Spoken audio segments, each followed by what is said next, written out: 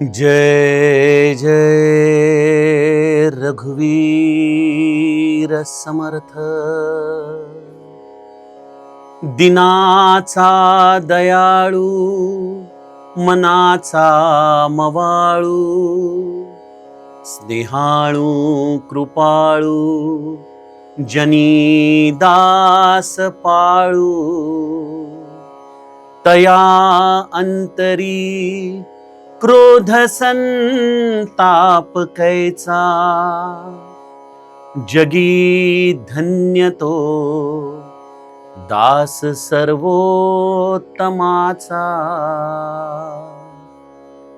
जय जय रघुवीर समर्थ। श्रोता वक्ता श्रीराम समर्थ। जय जय रघुवीर समर्थ।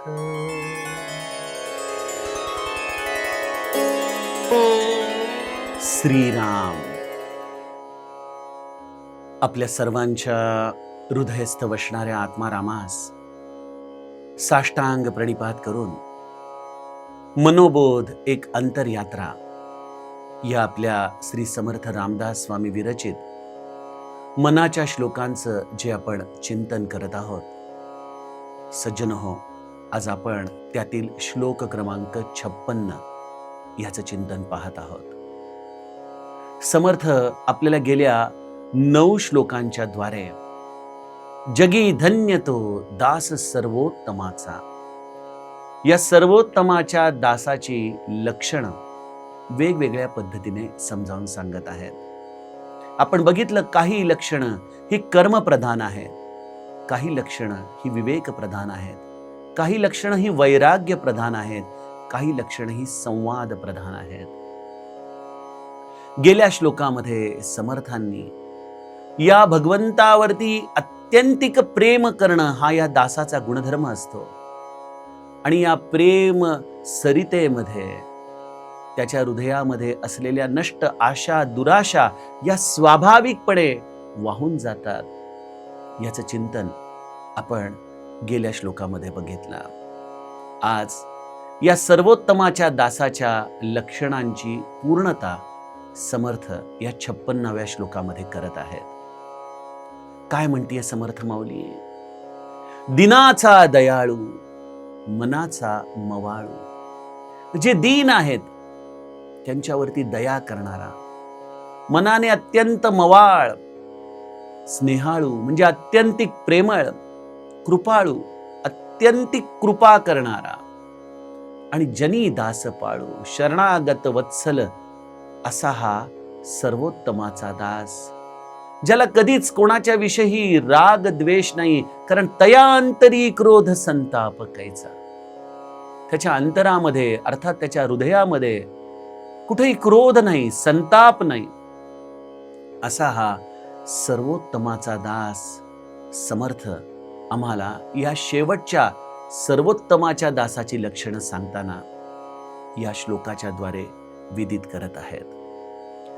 सज्जनो, इथं आपण पुनश्च एकदा शेवटच्या चरणापासून चिंतनाला सुरुवात करूयात। समर्थ काय म्हणताय? जगी धन्य तो दास सर्वोत्तमाचा।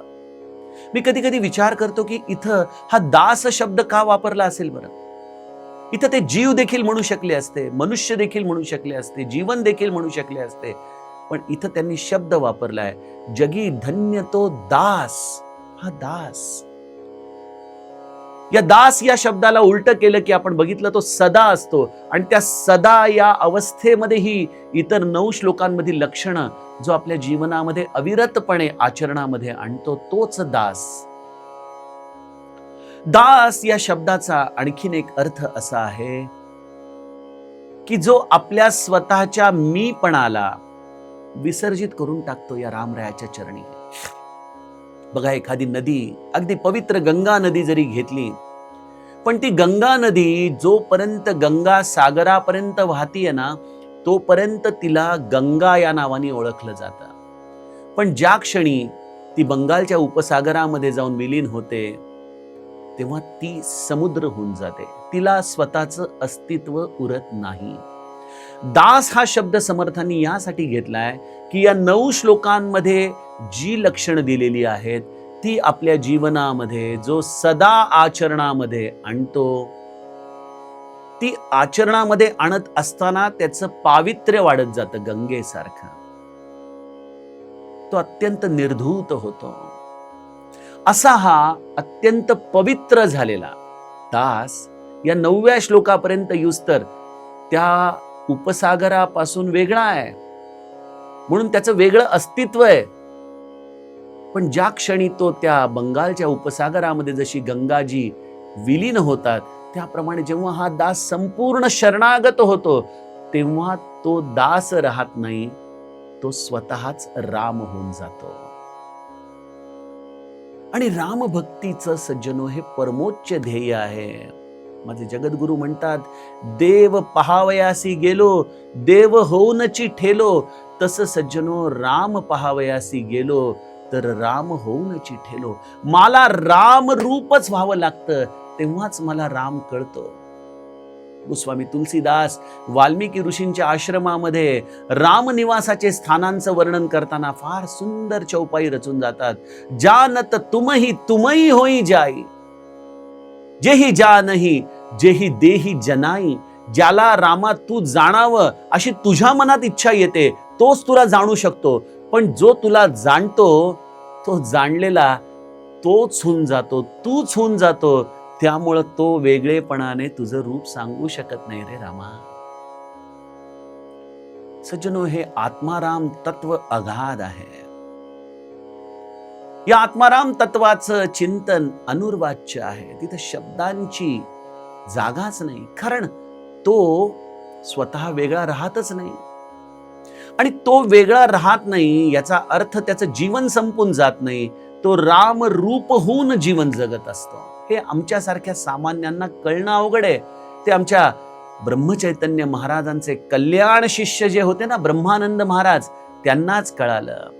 त्यांनी आपल्या एका अभंगामध्ये महाराजांचं वर्णन करताना फार सुंदर शब्द रचना लिहून ठेवलेली आहे. काय म्हणतात आमचे बुवा?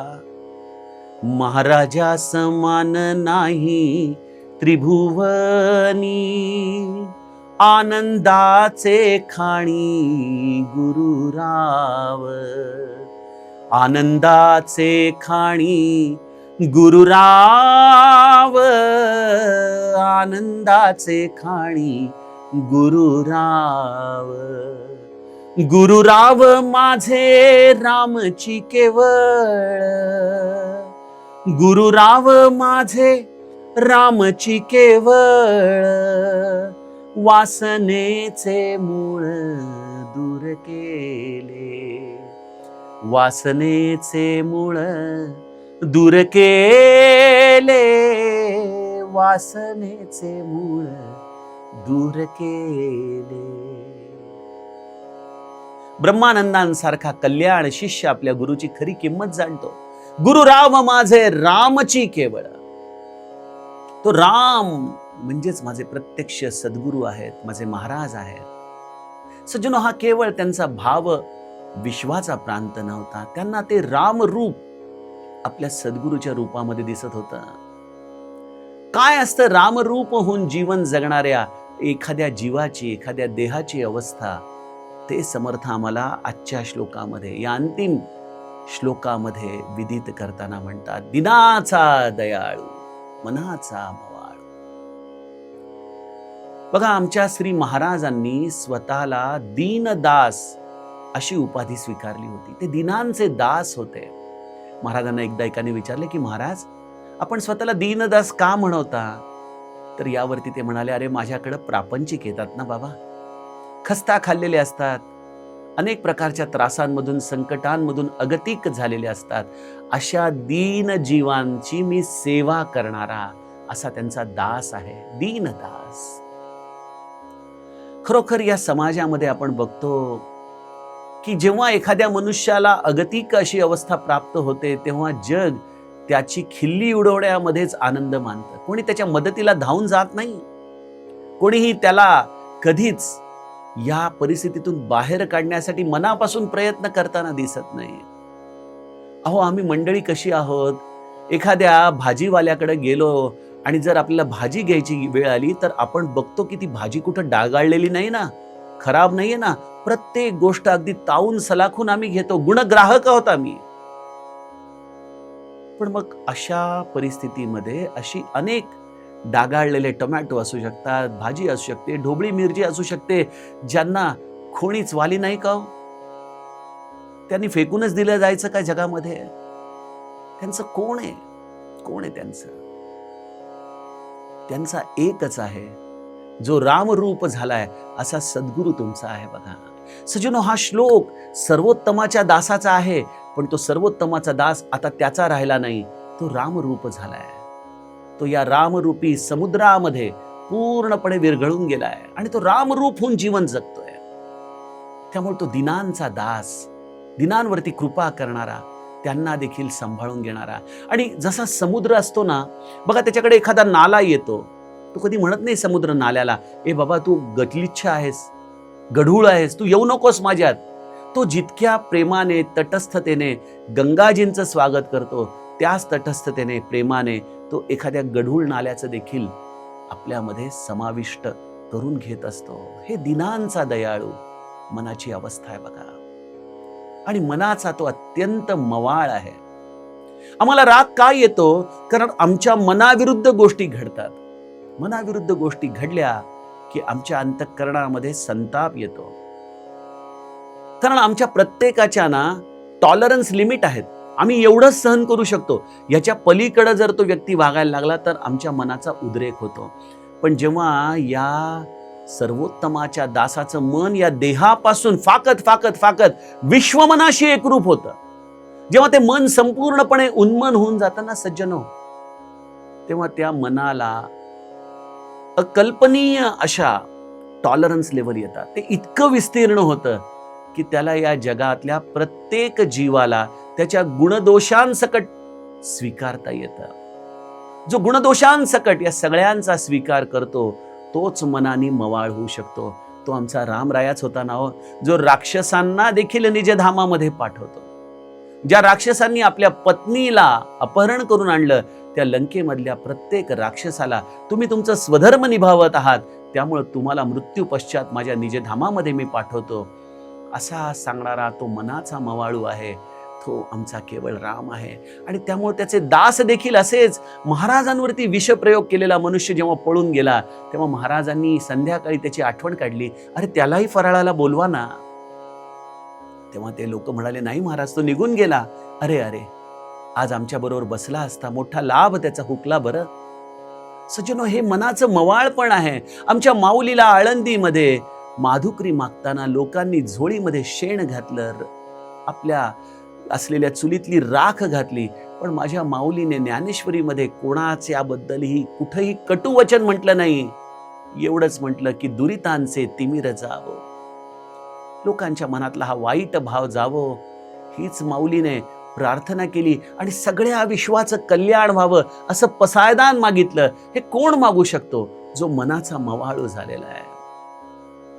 आणि मवाळ होणं म्हणजे शांत होणं, स्वीकारणं एवढंच नाही, तर त्यांच्यावरती प्रेम देखील करणं, कारण तो स्नेहाळू देखील आहे.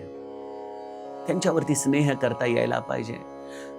बघा, मनुष्याला बदलण्यासाठी त्याला त्याच्या अपराधांची जाणीव तर करून देणारे जगामध्ये अनेक लोक आहेत. आपण एखादी चूक करावी आणि घरामध्ये आयुष्यभर त्या चुकीचं आम्हाला बोलणी खावी लागतात, हे तर आपण बघतोच. पण माझा राम राया कसा आहे? तो कधीच आपल्या भक्तांच्या चुकीची आठवण करत नाही. तो कधीच आपल्या भक्तांच्याकडून घडलेल्या अपराधाची आठवण ठेवत नाही. तो नेहमी आपल्या भक्तांच्या चांगल्या गुणांचाच आठव ठेवतो आणि त्यांच्याविषयी अत्यंत प्रेम भाव त्याच्या मनामध्ये असतो. गोस्वामी तुलसीदासांची एक चौपाई स्मरणामध्ये येते, रहती न प्रभु चित चूक किए की, रहती करत सय बार ही एकी. ते कधीच आपल्या भक्ताच्याकडून झालेल्या चुकीचा आठव ठेवत नाहीत. ते नेहमी त्याच्या चांगल्याच गुणांचा आठव ठेवतात आणि त्यामुळे स्वाभाविक त्याच्याविषयी प्रेमच त्यांच्या मनामध्ये उफाळून येतं बघा. नेहमी त्यांचे हात कृपेसाठी उभारलेले असतात. निरंतर ते कृपा करण्यासाठी सज्ज आहेत. ते स्नेहाळू आहेत, कृपाळू आहेत.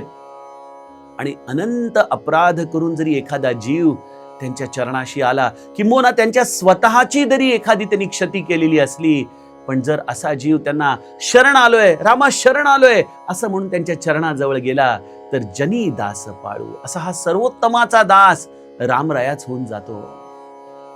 तो जनामध्ये शरण आलेल्या त्या जीवांना आपल्या पोटाशी घेतो, त्यांना आपलं म्हणतो. या सर्वोत्तमाच्या दासाच्या मनाची व्यापकता सज्जनो देह धिष्ठित भूमिकेवरून आम्ही समजूनच घेऊ शकत नाही. ही भूमिका केवळ राम होऊनच जाणता येऊ शकते. कारण की त्याच्या या मर्यादा, जरी तो मर्यादा पुरुषोत्तम असला तरी तो अमर्याद कृपा करणारा, अमर्याद प्रेम करणारा, शरणागतावरती अमर्याद त्याला त्याच्या कल्पनेच्या पलीकडे देणारा असा हा सर्वोत्तमाचा दास आहे. आणि त्याच्या हृदयामध्ये तया अंतरी क्रोध संताप कैसा, त्याच्या हृदयामध्ये कोणाच्या विषयी द्वेष भाव नाहीये बघा, संताप नाहीये. रामराया जेव्हा युद्धाला उभं राहिला तेव्हा लक्ष्मणाने एका टप्प्यावरती रामाला म्हटलं की प्रभो थोडा संताप आणा, ही लीला करा, डोळे थोडे लालबुंद करा, थोडा राग आणून लढा, हा क्रोध आणा. सज्जन, या उलट आमच्या जीवांना उलट सांगावं लागतं की त्या क्रोधाला आवरा, त्या संतापाला आवरा, उगीच चिडू नका. हाच फरक आहे बघा रामरूप झालेल्या जीवाचा. आणि यामुळे आमच्या महाराजांचं मी नेहमी उदाहरण देतो ना, की त्या पटाईत मावशीच्या बरोबर भांडणाऱ्या स्त्रीवरती महाराज संतापले. भाऊसाहेब महाराजांना म्हणाले, महाराज आपण एवढे चिडू नका. डोळे लालबुंद झाले, ते कानशिलं तापली होती. तेवढ्यात महाराजांनी भाऊसाहेबांकडे उजव्या हातकडे बघितलं, मान वळवली, पुन्हा डोळे अगदी जसे नॉर्मल होते तसे, कानशिलं जशी होती तशी. आणि महाराज हसून भाऊसाहेबांना म्हणाले, भाऊसाहेब हा राग सगळा गळ्याच्या वरचा आहे बरं, तुम्ही नका काळजी करू, तुम्ही ताटं घ्या, मी आलोच. असं म्हणून पुन्हा त्या बाईकडे वळून पुन्हा संतापून बोलू लागले. सज्जनो, तया अंतरी क्रोध संताप कैसा, म्हणजे हा क्रोध आतून येत नाही, एखाद्याच्या साठी त्याचं कल्याण व्हावं म्हणून ही संत मंडळी त्यांच्यावरती क्रोध आणतात, संताप आणतात. असा हा सर्वोत्तमाचा दास तोच जो आपल्या स्वतःच्या अहंतेला या रामरूपामध्ये विलीन करून टाकतो आणि जो स्वतःच रामरूप होऊन जातो. अशा या दासाची ही गंगा आता पुनश्च माग येऊ शकत नाही. कारण राम गाता गाता, रामाची सेवा करता करता, राम नाम घेता घेता तो स्वतःच राम होऊन गेला. आणि हीच गुरुची सर्वोत्तम कृपा असते. सज्जनो, या रामाच्या पुष्पक विमानामध्ये अनंत जागा आहेत. ह्याच्या पलीकडे देखील जो कोणी ही गुरुनी सांगितलेली भक्ती रामाची करत येईल, रामराया त्याला त्याच्या पुष्पक विमानामध्ये घेईल, त्याला अगदी तो आपल्यासारखंच करून टाकेल. हाच समर्थांच्या या सर्वोत्तमाच्या दासाचा मागोवा आपण गेल्या 10 श्लोकांमधून घेतला. त्यामुळे सज्जनो, या सर्वोत्तमाच्या दासाची लक्षणं आपण नित्य स्मरणामध्ये ठेवावीत, चिंतनामध्ये ठेवावीत, जीवनामध्ये आचरणात आणण्याचा अत्यंत मनापासून प्रयत्न करावा. आणि रामाला प्रार्थना करावी की रामा, या अंतिम टप्प्यापर्यंत तू आम्हाला घेऊन ये, आम्हाला तुझ्यासारखंच दिनाचा दयाळू, मनाचा मवाळू, स्नेहाळू, कृपाळू, जनीदास पाळू करून टाक. आणि आमच्या जीवनाचं हे अखंडत्व तुझ्यामध्ये विलीन करून टाक. सज्जनो, आता आपण उद्याच्या सत्रामध्ये पुढील श्लोकाचं चिंतन बघूया. जानकी जीवन स्मरण. जय जय राम.